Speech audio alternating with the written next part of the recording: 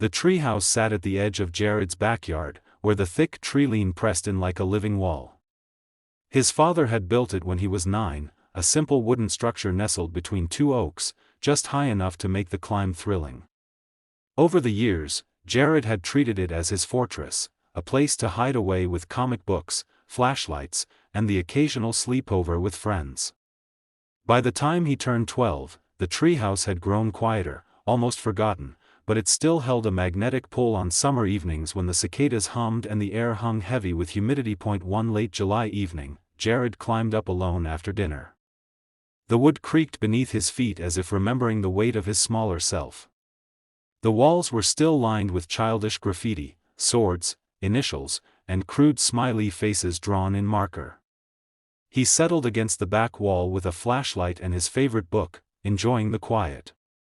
The world below felt far away, the chatter of his parents inside the house was muffled, the glow of the kitchen window distant. For a while, it was peaceful. Then, as he reached for his backpack, his hand brushed against something new, a folded piece of paper wedged between two planks of the wall. At first, he thought it was an old doodle he had left behind years ago. But when he unfolded it, his chest tightened. The note was written in blocky, uneven handwriting. "Hi Jared. I like your treehouse. Can I play with you sometime? The Marshmallow Man." Jared frowned, reading it twice. His parents didn't know about his treehouse notes and games. No one outside his circle of friends had ever been up here. He scanned the floorboards for signs of another visitor, but there was no candy wrapper, no footprint in the dust. Just silence pressing in from the woods. A dozen explanations raced through his head. Maybe it was Tyler, his neighbor, pulling a prank. Maybe his older cousin had done it to spook him. Still, the handwriting didn't look familiar, and the name, the Marshmallow Man, was strange enough to stick in his mind like a burr. He stuffed the note in his backpack and tried to forget it, but the longer he sat, the more he felt watched. The surrounding trees swayed slightly, their leaves whispering, though the night air was still. He climbed down earlier than usual and hurried inside, heart still racing even as his mother asked why he looked pale. That night, as he lay in bed, Jared kept replaying the note in his mind. The words weren't threatening, but something about their simplicity gnawed at him. Before sleep claimed him, a flicker of light caught his eye, the faint glow of a lantern, deep within the woods behind the treehouse. For a brief moment, he thought he saw movement, a figure shifting between the trunks. Then the light winked out, leaving only darkness and the slow, steady chirp of crickets. The next morning, Jared woke with a hollow feeling in his stomach. He tried to dismiss last night's discovery as a prank, but the folded note in his backpack said otherwise. He hadn't told his parents, partly out of embarrassment and partly because he feared they'd forbid him from visiting the treehouse altogether. After breakfast, he found himself wandering toward the yard as though pulled by something unseen. The treehouse looked ordinary in daylight, bathed in golden sun, its wood warm and safe. But the memory of the strange handwriting haunted him with every step up the ladder. Inside, nothing seemed out of place at first. Dust motes floated lazily in the air, disturbed by his entry. He sat cross-legged in the corner, trying to read, but his eyes kept drifting to the same crack in the wall where the first note had been hidden. When he finally leaned forward, his chest tightened. Another folded piece of paper had been tucked into the exact same spot. His fingers trembled as he pulled it free. The words, written in the same uneven hand, read, "I saw you leave early last night. Don't be scared. I just want to be your friend. The Marshmallow Man." This time, fear turned to anger. Someone was watching him, someone close enough to know exactly when he had climbed down. He scrambled to the small square window of the treehouse and scanned the woods. Nothing moved beyond the tall grass and the line of thick trunks. No neighbor kids were in sight, and Tyler's yard was empty. The silence was complete, so complete it felt unnatural. The world seemed to hold its breath as Jared stuffed the second note in his pocket, his heart pounding. When he finally told his best friend Mark that afternoon, Mark laughed it off. "Dude, it's probably your cousin messing with you. Or maybe your dad. He built the treehouse, right? He could be sneaking notes in there. But Jared shook his head. His dad hadn't set foot in the treehouse in years, and the thought of him lurking around at night with lanterns in the woods felt absurd. Mark suggested they camp out in the treehouse together that weekend, a test of courage that made Jared both relieved and unsettled. That night, Jared tried again to sleep soundly, but restlessness gnawed at him. Around midnight, he rose to get a glass of water. As he passed the kitchen window, his eyes strayed toward the dark line of trees beyond the backyard. There, faint but unmistakable, was the same flicker of lantern light. It hovered for several seconds, swaying, before slowly moving deeper into the woods, as though whoever held it wanted Jared to follow. He ducked from the window, heart hammering, realizing that if this marshmallow man knew his name, knew his habits, then maybe he already knew much more than that. Saturday came faster than Jared expected. Mark arrived at his house just before dusk, armed with a sleeping bag, a flashlight, and the kind of reckless confidence only a 12-year-old could muster. Jared felt torn, half relieved not to face the treehouse alone, half anxious about dragging his friend into something that didn't feel like a harmless prank anymore. Still, the idea of having someone to witness what he'd seen gave him courage. They clambered up the ladder as the crickets began their nightly chorus, settling in with soda cans and a deck of cards. For the first hour, the night seemed uneventful. They played Go Fish by flashlight, whispered about which teachers at school might secretly be robots, and laughed too loudly just to prove they weren't scared. Yet as the laughter faded, the stillness of the woods pressed in heavier. Jared couldn't shake the feeling that the silence outside wasn't natural, it was watchful, as though the entire forest leaned in closer with every passing minute. The treehouse creaked softly, settling under their combined weight, and Mark muttered, "Man, this place feels off." Around 10, Jared pulled out the 2 notes to show his friend. Mark's grin faltered as he examined them under the flashlight beam. The handwriting was jagged, like someone who didn't write often or was in a hurry. "This doesn't look like a kid's handwriting," Mark admitted. "Looks more like an adult." The thought made Jared's skin prickle. If it wasn't a prank from a classmate, then who was climbing up here, or worse, watching from below, long enough to leave these messages? As if on cue, the sound of twigs snapping echoed from the woods. Both boys froze. The noise came again, closer this time, followed by the faint crunch of leaves underfoot. Mark lunged for the flashlight and killed it, plunging the treehouse into darkness. They held their breath, pressed against the wooden floor, listening. Through the small square window, Jared spotted movement, a pale glow weaving slowly through the trees, a lantern swaying back and forth.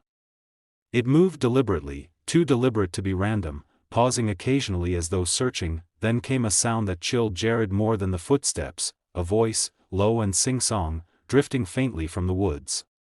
"Jared. I'm here, let's play." The syllables stretched, almost playful, but laced with something unnatural. Mark's hand clamped onto Jared's arm. Neither of them dared to breathe. The glow of the lantern drew closer, casting elongated shadows between the trunks. Whoever carried it wasn't rushing. They knew exactly where the boys were, and they weren't in any hurry. The boys remained frozen on the wooden floor, every nerve straining toward the sounds outside. The voice had fallen silent, but the lantern glow continued its slow advance through the woods. Jared pressed his ear against the rough plank wall, listening for any hint of direction. Mark mouthed the word "run," but neither of them dared move, knowing the creak of the ladder could betray them. Time dragged like thick syrup until, at last, the light seemed to pause at the very edge of the yard. The shadows deepened, wrapping the treehouse in a cloak of dread. Suddenly, a sharp clink rang out, like metal brushing against wood. Jared's heart nearly stopped. He turned toward the ladder window just in time to see the lantern light flare brighter, because it was now resting at the base of the tree. Someone was directly below them. Both boys instinctively crawled back against the far wall, pressing into the shadows as though the wooden planks could swallow them whole. Mark's lips barely moved as he whispered, "He's at the ladder." The silence that followed was unbearable. Then came the sound of hands testing the first rung. The ladder creaked under weight. Slowly. Deliberately. Whoever was climbing wasn't in a rush, as though savoring the fear thickening above.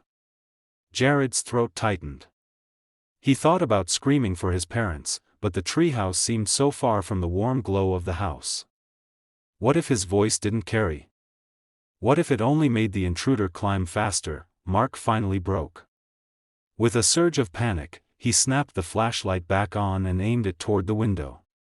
The beam caught a glimpse of something, a hand, pale and dirty, gripping the ladder rung. The knuckles were scarred, the nails too long, caked with grime. And then, just as suddenly as it had appeared, the hand released. The lantern light below shifted, retreating into the trees without a word, leaving the boys stunned in silence. The ladder stood empty. The glow receded until it was just another star swallowed by the forest. Jared's chest heaved as the adrenaline drained.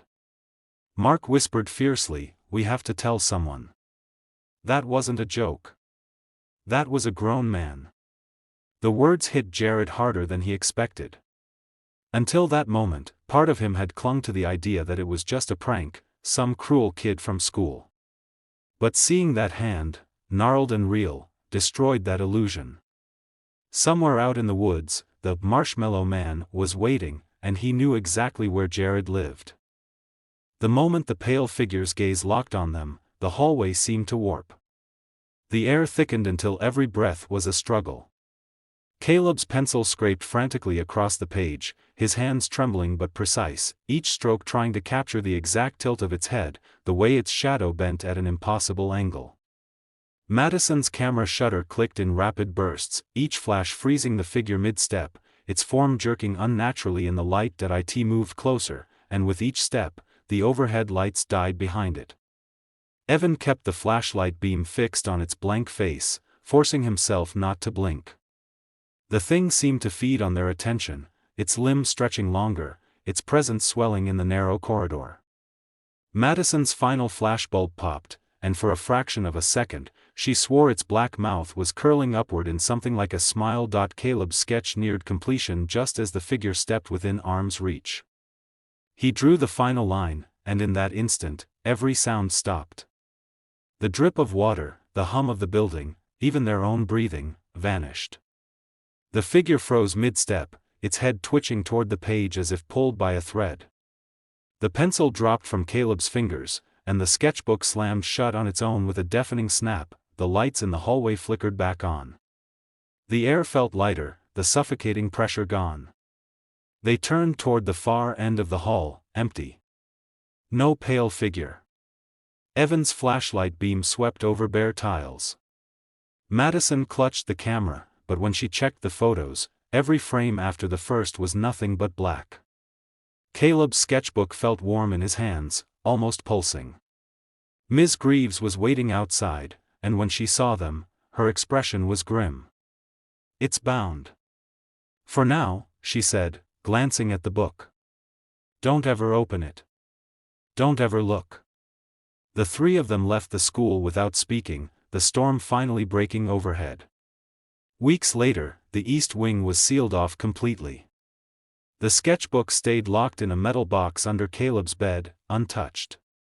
But sometimes, late at night, he swore he could hear the faint sound of pages turning inside, slow, deliberate, and a whisper just quiet enough to make him wonder if he'd imagined it, almost free.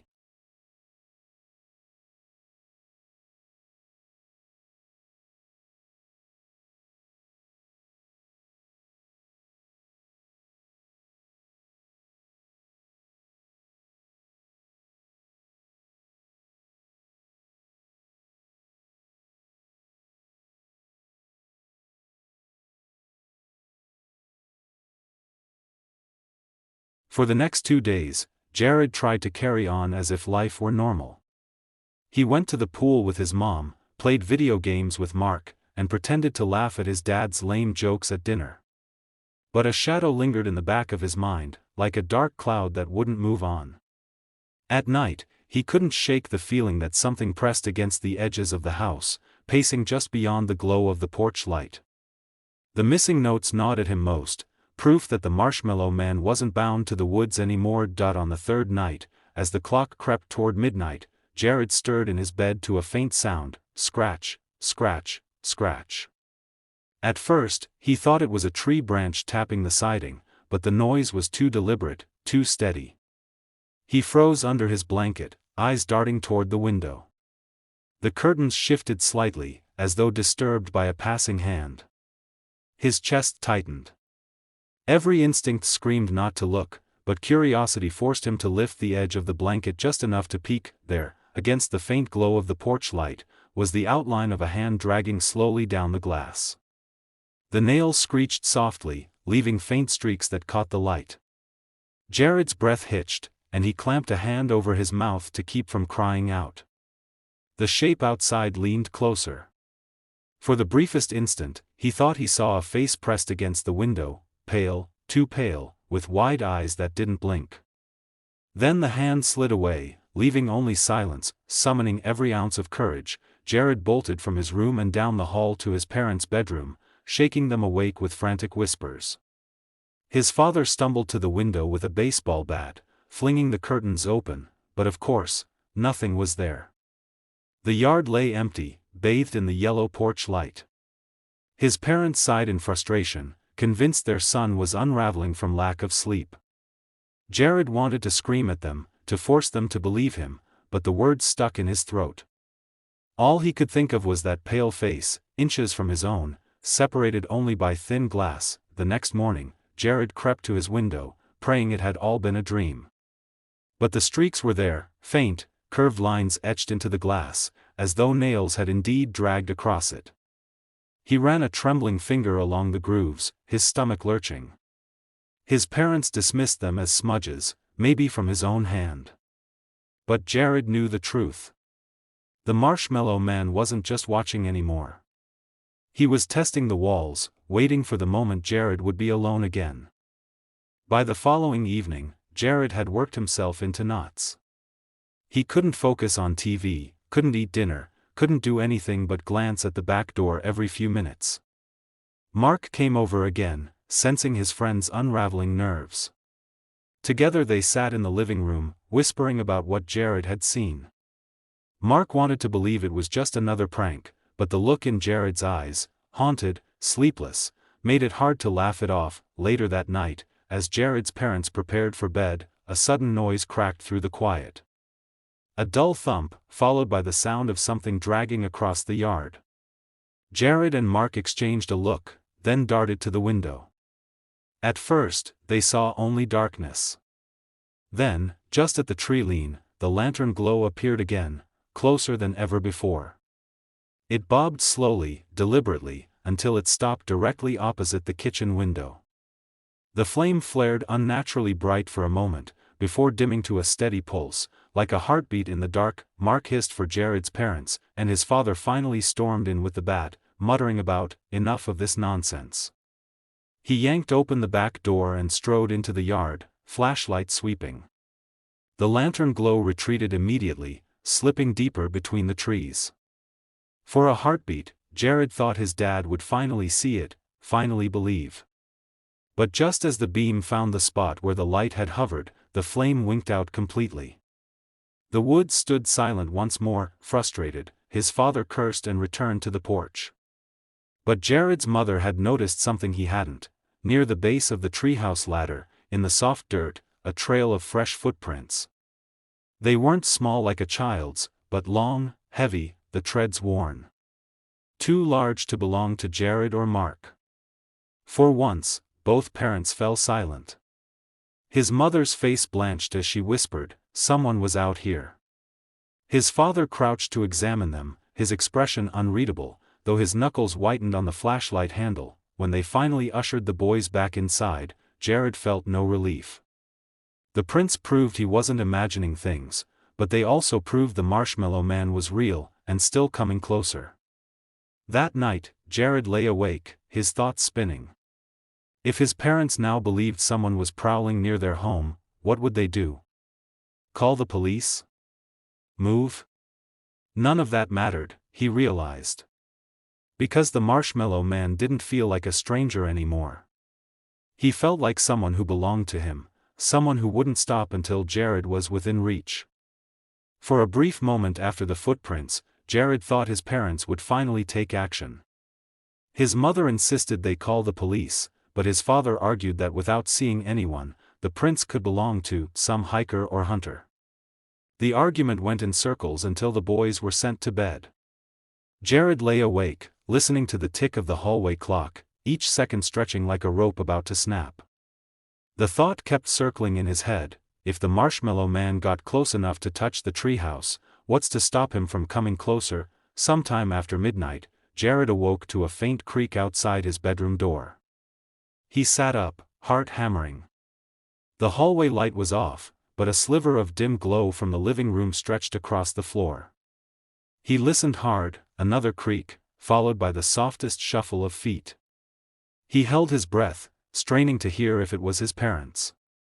But then came a new sound, a low hum, tuneless but deliberate, drifting faintly down the hall. The same voice that had called his name in the woods. Jared froze. Slowly, the door handle began to turn. It twisted halfway before stopping, as if whoever was there was savoring the moment. His throat went dry. He wanted to scream for his parents, but his voice locked in his chest. Instead, he bolted across the room, grabbing the baseball bat his father had left leaning by the dresser. He pressed his back to the wall, eyes locked on the doorknob. For what felt like eternity, it stayed half-turned. Then, with a quiet click, it released. Minutes later, though it felt like hours, Jared forced himself to creep into the hallway. Every shadow looked alive, every creak of the floorboards a warning. The living room stood dark, save for the moonlight filtering through the blinds. But when he reached the kitchen, his stomach lurched. Sitting in the middle of the table was a single folded note. His hands shook as he opened it. In jagged writing, the message read, "You shouldn't hide from your friends, Jared. Let me in next time." The Marshmallow Man. His scream finally broke loose, bringing his parents running. But by the time they turned on every light, the house was empty, the back door unlocked, a faint smell of smoke lingering in the air. His father searched every room, every closet, but found nothing. The police were called at last, though Jared barely heard the conversation. He sat clutching the note, staring at the words until they blurred. The Marshmallow Man hadn't just been outside anymore. He had been inside the house. 2 officers arrived just before dawn, their cruisers casting red and blue glows across the quiet street. Jared sat on the couch, wrapped in a blanket, the folded note clutched in his fist. Mark had stayed over again, too shaken to leave, and both boys watched with wide eyes as the adults tried to explain. Jared's mother spoke quickly, almost desperately, while his father stood stiff with embarrassment, his jaw tight. The officers nodded, scribbling in notebooks, their tired faces betraying skepticism. When one officer asked to see the note, Jared's hand shook as he handed it over. The man squinted at the jagged handwriting, then exchanged a glance with his partner. "Could be a prank," he muttered. "Kids these days, lots of ways to scare each other." Jared's chest burned. He wanted to scream that it wasn't kids, that he had seen the pale hand on the ladder, the face at the window, the doorknob turning in the night. Instead, all he could manage was a hoarse whisper: he was inside the house. The officers checked the locks, examined the footprints outside, and shined their flashlights through the woods. But with no sign of forced entry, just the back door left unlocked, they had little to offer. "Best you can do," one said to Jared's father, "is keep the doors secured, maybe set up some cameras if you're worried.